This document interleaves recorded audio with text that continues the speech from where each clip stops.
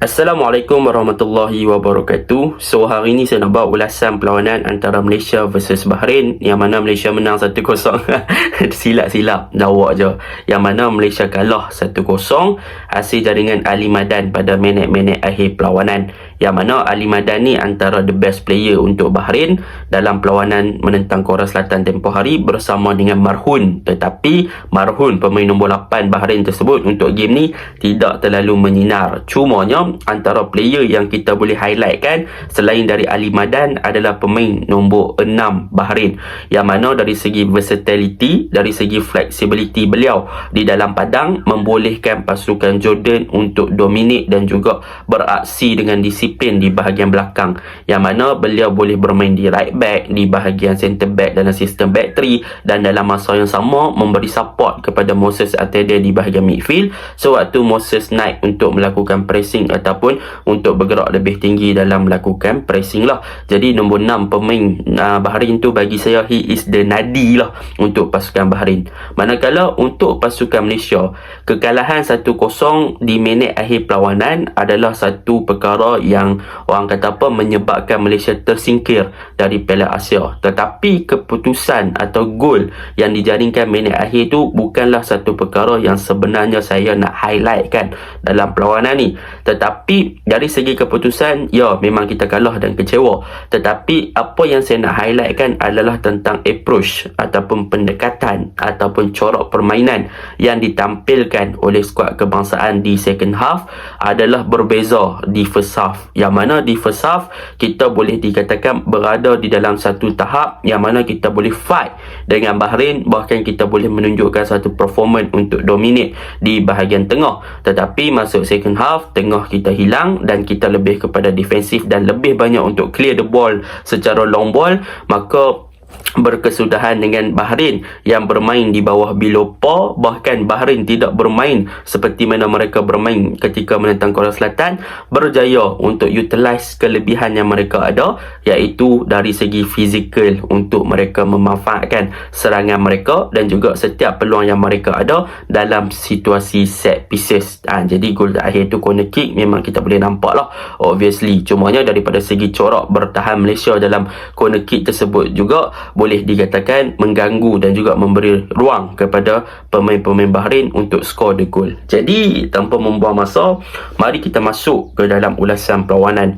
Secara overallnya untuk ulasan perlawanan kali ini, saya boleh katakan 45 minit yang pertama Malaysia sebenarnya bermain dengan satu taktikal yang bagus, dengan kualiti player yang ada. Itu adalah tahap yang Malaysia boleh main, dan dalam masa yang sama taktikal yang diterapkan oleh coach Kipanggun dalam first half ada sedikit baik-baik ataupun boleh dikatakan ada sedikit harapan untuk Malaysia menunjukkan performance yang bagus sekiranya mereka boleh consistently bermain begitu dalam 90 minit. Tetapi sayang, apabila momentum yang dah ada waktu first half tersebut gagal diteruskan di second half, jadi another 45 minutes kita bermasalah di bahagian tengah dan menyebabkan attacking wise kita pun mudah dibaca dan kita tak boleh nak create banyak peluang yang ada lah. Jadi benda tu sedikit sebanyak mengganggu kepada corak permainan pasukan Malaysia itu sendiri. Jadi untuk game ni, apa benda yang sebenarnya positif yang kita boleh ceritakan kepada rakyat Malaysia dan juga kepada fans-fans bola sepak Malaysia dengan kekalahan 1-0 ni? Perkara positif yang pertama adalah mengenai kita punya improvement, penambahbaikan di bahagian backline, iaitu penggunaan back 5 kita pada perlawanan semalam adalah lebih stabil. Bermaksud lebih stabil di sini sebab apa? Sebab kalau kita lihat lawan dengan Jordan, kita ada tewas daripada segi pace dan daripada segi kita punya orang kata apa, line dan sebagainya, memang agak bermasalah. Tetapi untuk game menentang Bahrain ni, kita berjaya untuk memperbaiki perkara tersebut dengan ada satu general yang boleh bagi satu arahan dan juga communicate ataupun berkomunikasi dengan pemain-pemain di bahagian backline Malaysia ataupun back 5 Malaysia untuk cover up antara setiap satu sama lain di posisi masing-masing. Jadi Kipanggun membawa turun Syarul Saad di bahagian right centre back, Dion Kus sebagai central centre back dan juga Dominic Tan sebagai left centre back. Yang mana untuk game ni apa yang boleh kita katakan, Dion Kus memainkan peranan yang penting sebagai central centre back setelah ambil alih posisi tersebut dari Junior Estal, yang mana Junior Estal untuk game yang lepas daripada segi area duel dan sebagainya, yes, dia adalah player yang bagus untuk memenangi perebutan bola di udara, challenge bola tinggi dan sebagainya. Cumanya in term of commanding di bahagian belakang, untuk pastikan yang backline kita tidak terlalu expose dalam pergerakan dengan bermain highline, Junior Estal kurang daripada segi general dan daripada segi commanding dan juga leadership, yang mana Diongkus ada benda ni. Jadi bila adanya Diongkus pada perlawanan ni, kita boleh nampak yang backline kita boleh communicate dan boleh bergerak lebih bebas untuk membantu bahagian serangan. Jadi apa yang Diongkus buat untuk game ni, dia sebenarnya boleh bertindak as a ball carrier. Kalau kita nampak ada beberapa gerakan yang Diongkus naik untuk membantu bahagian hadapan dan juga nak provide supporting play kepada bahagian tengah, iaitu Stuart Wilkin dan juga orang kata apa, Syamil Kutiabah waktu first half, dan dia adalah sangat efektif. Dan dalam masa yang sama, Diongkus juga boleh membebaskan Syarul Saad, yang mana untuk game ni kalau saya katakan Syarul Saad berjaya untuk bermain dengan sangat agresif, dan juga dari segi pressing dia memang sangat bagus. Bila mana pemain Bahrain cuba untuk menghantar bola ke bahagian hadapan, maka Syarul Saad dia akan tinggalkan posisi di right centre back tu untuk advance lebih tinggi untuk memenangi the second ball. So benda tu positif untuk Syarul Saad. Manakala apabila Diongkus naik lebih tinggi ataupun bertindak as a ball carrier, kita ada Dominic Tan di bahagian left centre back, yang mana Dominic Tan untuk game ni bagi saya dia provide coverage yang sangat bagus untuk membolehkan Diongkus naik tinggi. Dan untuk game ni juga Dominic Tan diberikan tugasan lebih kepada more to defensive duty, bermaksud dia lebih kepada untuk bertahan secara deep dan juga untuk cover up bahagian wide and central area untuk bagi kelebihan kepada Kobe Ong and Diongkus untuk naik lebih tinggi. Dan benda tu bagus, efektif. So Dominic Tan pun banyak memberikan ruang ataupun banyak untuk orang kata apa, bertahan dengan sangat baik, dan dia berjaya untuk buat satu orang kata apa, goal clearance lah, walaupun bukan line goal clearance, tapi goal yang dah terbuka, Dominic Tan berjaya untuk memberikan reaksi yang baik. Jadi combination between these three centre back telah memberikan satu kelebihan di belakang untuk pasukan Malaysia lebih stabil in term of defensive dan juga in term of attacking. So mereka boleh untuk pressing, mereka boleh untuk orang apa, transition dari bertahan ke menyerang ke bertahan lebih better lah. And so provide supporting dan juga orang apa, support kepada bahagian hadapan. Dah bagus tentang backline kita, 3 centre back di bahagian belakang. Cumanya apa kekurangan kita dalam orang kata apa, bukan kekurangan lah, maksud dia daripada segi defensive part, apa yang kekurangan kita adalah dalam situasi set pieces. Kalau kita lihat dalam situasi set pieces untuk game ni, kita tahu physically Bahrain adalah lebih besar dan lebih tinggi daripada skuad kebangsaan Malaysia, dan lebih solid lah mereka punya body. Jadi dalam a few chances ataupun peluang yang Bahrain dapatkan daripada segi situasi set pieces, sebenarnya kita agak kelang kabut dalam melakukan clearance dan juga untuk intercept the first ball. Banyak benda jadi macam tu. Jadi bila kita berada, saya nampak apa yang dilakukan oleh Kipanggun dalam situasi set pieces, kita adalah lebih kepada zonal, yang mana bila lebih kepada zonal, banyak ruang yang boleh sebenarnya kita conquer ataupun tutup. Tetapi kalau lihat daripada gol yang dijaringkan oleh Jordan, kita punya ruang di dalam kotak penalti in between di bahagian tengah tu, kita meletakkan overload of numbers of player, dan kita ada 3 centre back di situ, tetapi di tengah tak ada orang yang tutup ruang. Maksud dia ada ruang yang kosong, empty space, yang membolehkan Ali Madan untuk rembat bola tu, Tristella lawa go tu, and yang mana masuk terus ke penjuru gawang, yang mana memang daripada segi overloading numbers of player dalam situasi set pieces tu, dia menghalang sedikit penglihatan kepada Shihan Hazmi lah. Jadi Shihan dia tak nampak bola tu, dia lambat lah untuk react. Jadi dia nak reaction tu dia agak a bit slow, sebab dah ada 3 players yang block orang kata the vision of goalkeeper. So nak salahkan Shihan tak boleh game ni. Nak salahkan Shihan lepas bola tu ataupun lambat reaction is not a good thing lah, sebab memang Shihan berada dalam situasi yang dihalang oleh pandangan body player Malaysia itu sendiri. Dan kalau kita lihat sebelum corner tersebut, Ahyar Rashid melakukan gol clear clearance yang boleh dikatakan sepatutnya clearance to the opponent punya side, tapi dia buat clearance toward the, orang kata apa, kita punya side sendiri kan. So kita punya own side. Jadi clearance tersebut sepatutnya can do better lah. Tapi nak buat macam mana, dah jadi clearance, dah dapat corner, sepatutnya corner tu lebih better in term of defensive in set pieces, tapi kita gagal buat benda tu dan kita bolos di minit akhir perlawanan lah. Yang tu memang patut kita dihukum. Dan kita balik kepada Cobbing dan Matt Davis. Untuk game ni bagi saya, Cobbing dengan Dionkus sebenarnya mereka berdua antara players yang banyak memenangi duel, sama ada aerial ataupun challenge di belakang. Memang Cobbing pun agresif game ni, cumanya daripada segi attacking dia agak kurang untuk link up kepada Faisal Halim. Tetapi in term, sebab approach pendekatan Malaysia lebih kepada long ball kan, jadi apa-apa pun Cobbing Ong untuk defensive duty dia bagus, untuk cover up belah kiri he is a good player. Untuk Matt Davis game ni saya boleh katakan he is one of the best player yang Malaysia ada atas pedang. Sebab apa saya kata begitu? Sebab Matt Davis untuk game ni daripada recovery phase, daripada dia bertahan, daripada dia moving forward untuk bantu serangan, attacking transition, he is really a good player dari segi overlap, daripada segi crossing dan sebagainya. Cumanya in between, bila kita nak main crossing macam tu, we know that Bahrain ada advantage of physical. Bila kita nak supply bola dengan hantaran-hantaran tinggi, is not really effective lah. Jadi benda tu ada mengena dengan kekurangan yang bakal saya sebut tadi lah. Jadi bila jadi macam tu, Matt Davis adalah salah satu harapan di bahagian kanan yang sebenarnya memberikan kelebihan kepada kita untuk ada right wing back macam Matt Davis. And dia ada satu percubaan volley, kalau memang gol tu memang puskas lah kan. Tapi in term of coverage dan sebagainya dia bagus, cumanya ada sedikit flow yang bermasalah untuk kita. Dan benda yang terakhir yang boleh saya katakan positif untuk pasukan Malaysia adalah di bahagian tengah, iaitu Stuart Wilkin and Syamil Kutiaba waktu first half. Kedua-dua player ni sebenarnya adalah sangat dinamik. Mereka boleh untuk menyerang berdua-duaan, mereka boleh bertahan dalam sistem berdua double pivot.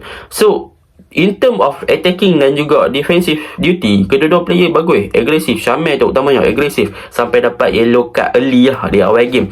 Stuart Wilkin memang the best player in term of Piala Asia, saya bagi kat dia. And cumanya apabila Syamil Kuti dapat yellow card terlalu awal, dia a bit risky to the team, sebab dia ada chances yang lebih tinggi untuk orang kata apa, dapat the second yellow. Jadi bila benda jadi macam tu, mungkin provokasi ataupun shit housery daripada Bahrain boleh memberi efek kepada Syamil, sebab Syamil memang agresif pada awal. Jadi apa yang dilakukan oleh Kipanggun di second half, dia mengeluarkan Syamil Kutiaba, which is bagi saya pengeluaran Syamil Kutiaba disebabkan dia nak lindung player tu daripada kena red card ataupun untuk tidak membiarkan Malaysia bermain dengan 10 orang, adalah satu keputusan yang agak awal di second half. Kalau dalam 10 minit pertama, sepatutnya Syamil perlu diberi ruang dan peluang lagi untuk bermain di second half, sebab barulah kita boleh nampak the move ataupun the way untuk Syamil control his game apabila dia ada yellow card. Sebab this is the game do or die, dia tak boleh nak gamble kan. So inilah kekurangan yang bila mana kita masuk di second half, dan kekurangan ni pun ada di first half, yang mana approach kita cerita pasal first half balik. Midfield dah ok, cumanya approach kita waktu first half adalah kita letak Arif Aiman, kita letak Faisal Halim dan kita letak Paulo Josue di bahagian attacking, which is awal dalam 10 minit kita ada a few peluang yang boleh kita manfaatkan. Untuk Faisal Halim, bagi saya dia buat kerja dengan sangat bagus. In term of physical dia agak kurang, tapi untuk beat pertahanan Bahrain dan sebagainya, dia membuatkan satu larian yang efektif untuk game ni, dan dia berjaya untuk open space dan juga create a few passing kepada bahagian attacking, terutamanya Paulo Josue yang minit ke berapa tu yang dia boleh pula nak pergi tahan without hesitation, dia pergi hold up the ball. Sepatutnya dia without hesitation dia dah shoot dah bola tu kan, tapi sayang dia tak shoot bola tu. Saya pun tak faham, sebab dia punya strongest foot adalah left footed, dia left footed player, tapi dia tak mau guna left foot, dia nak hold up dulu dengan kaki kanan dan sebagainya, positioning as a striker. So in term of direct play dan juga long ball di first half, efektif kita guna Faisal Halim, banyak guna belah kiri lah Faisal Halim. Dan untuk Paulo Josue bertindak as a fast nine, he is not really effective dalam gameplay, sebab daripada segi link up, daripada segi positioning, daripada segi create space untuk winger, Paulo Josue is not number 9. So bila dia bukan number 9 tu lead, letak as a fast nine, dia tak boleh nak buat benda tu. So better option yang kita ada adalah push untuk Paulo main nombor 10, tapi tak menjadi. Paulo tak diberikan peranan tersebut. Jadi a few things happen bila nak main long ball. Faisal Halim dapat bola, dia kurang support daripada Paulo. Faisal Halim kurang support daripada bahagian midfield. Arif Aiman untuk game ni bilopa. Dia bermain apabila dia dapat bola, he trying to mash without nak bermain as a unit, as a team combination play. Dia trying to go solo, but move memang, to be honest, Bahrain akan 3-2 orang jaga dia tak boleh nak bergerak. Dan semalam memang Arif Aiman tak bergerak, memang di marking gila-gila ketat lah. So tak boleh nak buat something yang lebih better. Di second half, pertukaran berlaku. Nacho Insah dibawa masuk menggantikan Syamir, mungkin atas sebab tactical yellow card tu tadi. Tapi in my opinion, saya merasakan yang kita ada satu player yang lebih positif untuk memberi satu influence yang bagus dalam corak ataupun untuk memberi semangat, iaitu Brandon Gunn, which is we have him, and dia adalah leadership punya player. Semangat dia bila diturunkan, he is a good player, tapi dia tak diturunkan. Dia letaknya Nacho Insah dalam team tu. Dan Nacho Insah daripada segi pressing, lari-lari anak, he's not giving too much to Malaysia. Memang saya pun tak puas hati dengan corak permainan yang ditampilkan Nacho Insah untuk second caps beliau bersama dengan skuad kebangsaan. Really disappointed lah daripada seorang player yang berpengalaman, not really fit to play in this tournament, tapi diberi ruang. So benda tu bermasalah. Dan di second half, approach Malaysia more to defensive and counter attack yang memang long ball, hantaran jauh, dapat bola clear, clear kan. Masuk Romel pun sama, tak bagi efektif. Sebenarnya better bawa masuk Darren Lock bila bertemu dengan pasukan seperti Bahrain, sebab we need someone yang boleh melakukan pressing dan work rate yang tinggi. Sebab kita perlukan general di bahagian tengah, dan kita perlukan pemain yang rajin di bahagian attacking untuk press main kat level tinggi ni, kena macam tu. So Darren Lock tak dibawa masuk, tapi menggunakan Romel without work rate yang rendah, pressing pun kurang. Memang not really good player untuk saya, bagi saya lah. Tak bagi import. Tapi kemasukan Ahyar Rashid is a turning point, which is Ahyar Rashid berjaya masuk, dia membuat satu yang attacking kita tak buat. Even kita ada Faisal Halim dengan Arif Aiman, benda tu tak jadi. Tapi bila masuk Ahyar Rashid, dia memberikan satu something yang lebih better di bahagian attacking wise. He is a good player. Dia boleh create satu assist, bukan assist lah, satu peluang kepada Matt Davis dengan satu hantaran long ball yang lawa, gelecekkan dia kan. Cumanya goal clearance dia lah tu yang lead to the corner kick and give Bahrain goal tu, yang tu kita tak tepi lah. Tapi he is one of the best creator yang kita ada pada perlawanan semalam. So it's a good thing kan. Jadi benda yang sebenarnya saya pelik, kenapa Kepanggun tak bawa masuk Safawi, which is he has a good impact waktu lawan dengan Jordan. Kalau lawan dengan Bahrain yang goalkeeper macam tu, Safawi boleh shoot jarak long, kotak penalti will be definitely a goal. Brandon Gunn, why tak bawa masuk dia untuk defensif lebih?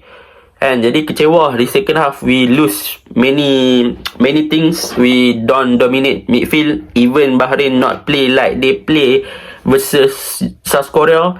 This is something yang Kepanggun need to do better waktu game lawan Korea Selatan nantilah. So untuk Kepanggun, I still trust you. Saya masih percayakan Kepanggun, he can do better. Cumanya buat balik lawan Korea Selatan. The last game, either you get 3 point, or you get 1 point, or you get nothing lah. And so lepas habis Piala Asia ni, you need to focus more on kelayakan Piala Dunia and Piala Asia, which is March, bulan puasa and fasting month. So that will be tough. Even kita punya liga pun tak start lagi, the fitness level of the players will be questionnaire pula. And so benda tu memang Kepanggun need to be ready lah. And then untuk fan Malaysia, jangan kecewa. This is our reality untuk penyokong Malaysia. Bila menyokong suat kebangsaan, that is something yang you need to accept. And so benda macam ni benda biasa, nanti kita buat balik lah. Cumanya janganlah tekan button reset.